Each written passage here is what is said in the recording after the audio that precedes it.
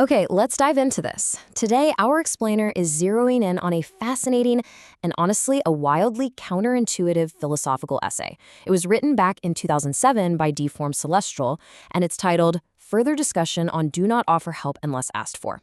We're going to explore the hidden mechanics behind our good deeds and really look at the world through a completely different, almost uncomfortable lens. So could your good intentions actually cause harm? It feels kind of uncomfortable to even ask that, doesn't it? As focused learners, we are so heavily conditioned to believe that stepping in to help others is just an absolute, unquestionable good. But this essay throws a massive curveball at that idea. It argues that unsolicited help, swooping in to play the hero when nobody actually asked you to, can seriously disrupt the natural flow of life. And worse, it can create absolutely disastrous results. To wrap our heads around why the author thinks this, we have to start with a foundational concept, the Tao. Now, in the context of this specific text, the Tao is defined as the consciousness of the greatest creator. It's basically this all-encompassing, natural order where every little thing is perfectly arranged for both protection and punishment. Think about wildflowers in a field, naturally getting nourished by the rain, or wild animals out on the African plains, instinctively following the laws of nature. The author's point is that we humans are just another natural species created within this exact same system.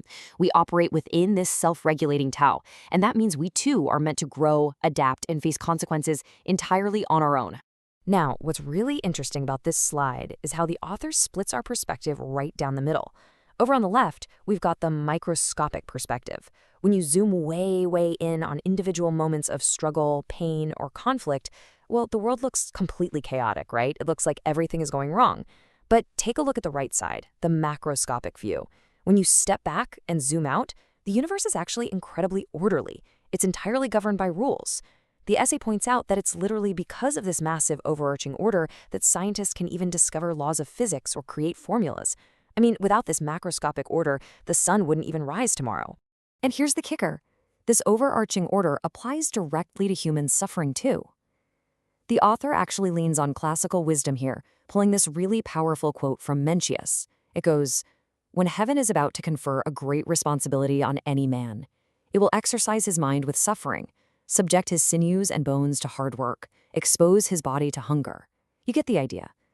The essay is arguing that hardship isn't an accident. Actually, scratch that. It's not just not an accident.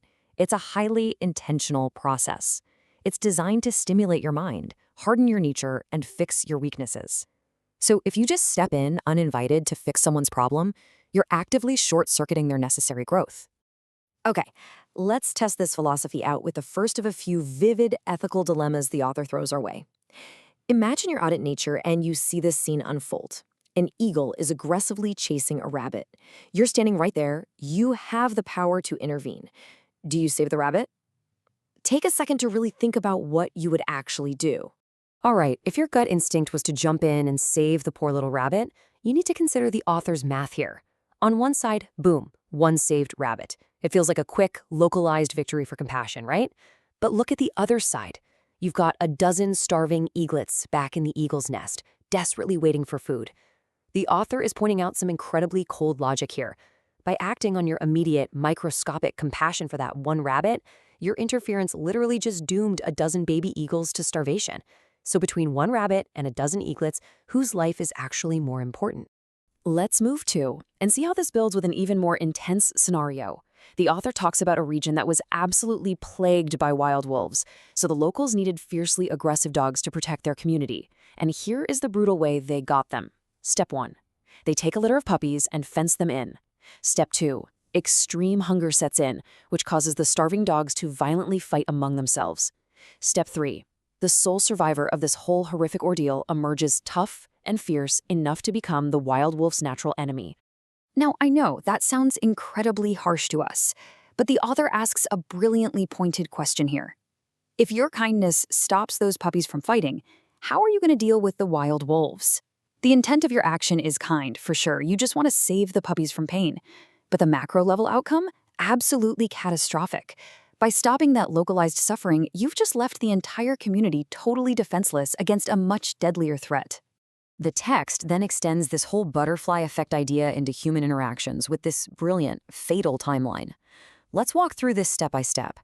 Hour 1. A man gets entangled by a gang of ruffians down at the market. Hour 2, because he's stuck fighting them off, he gets delayed and misses his ship. Hour 3, you step in, totally unprompted, rescue him from the gang, and kindly speed him to the dock so he just manages to catch his boat. Good job, right? Well, look at Hour 6. A massive storm hits, the ship capsizes, and literally all passengers aboard perish. So I've got to ask you, looking at the ultimate result of that timeline, by saving the man from those ruffians, did you do a good deed or a bad deed? It perfectly hits the nail on the head regarding the essay's core point. Good intentions, when they operate completely blind to the natural flow of events, can lead to devastating consequences that you never saw coming. The text actually takes this concept even deeper into the spiritual realm with the idea of karmic debt. The author argues that a person might be going through profound hardship specifically to repay debts from their previous lives. Think of it like a cosmic ledger. According to this spiritual argument, if you constantly intervene so they never have to suffer, they can never clear that ledger. You might literally be trapping them. You force them to reincarnate again and again into human suffering simply because they couldn't settle their spiritual debts. So in trying to play savior, your help becomes their trap. So the crucial point is how we categorize our actions. The author draws a really sharp line in the sand between small virtue and great benevolence. Small virtue is basically when we disrupt the natural procedures of life just to show off our own compassion. We're acting impulsively on that tiny microscopic level. Great benevolence, on the other hand, requires profound systemic wisdom. It means respecting the flow of the natural order even when it is incredibly uncomfortable to sit back and walk. Now, at this point, you might be thinking, wait a minute, are we just supposed to be totally apathetic to everyone's pain? The author pivots the narrative here to test the absolute limits of his own rule. Let's look at a totally extreme scenario. Someone is in a terrible car accident and they are physically trapped under the vehicle. Do you help them? The answer is absolutely 100% yes. And this brings us to a really vital nuance in the text, the exception. The rule isn't about being cold or indifferent or just shrugging off suffering. The text explicitly states, if someone does ask for help, one should do their utmost to assist. That nuance is everything. If you hear their cry for help, the author says you should bravely rush to their rescue. The whole philosophy is just about waiting for a genuine request. It's about letting the individual initiate the intervention in their own life, rather than you imposing your help onto them unprompted. But what about the big stuff? The large-scale issues? The essay transitions into a pretty sharp critique of systemic charity and blind donations. It brings up this really thought-provoking question. Donating to African famine victims is charitable, sure, but why are there so many famine victims in the first place? Is it just a lack of sunlight, a lack of resources?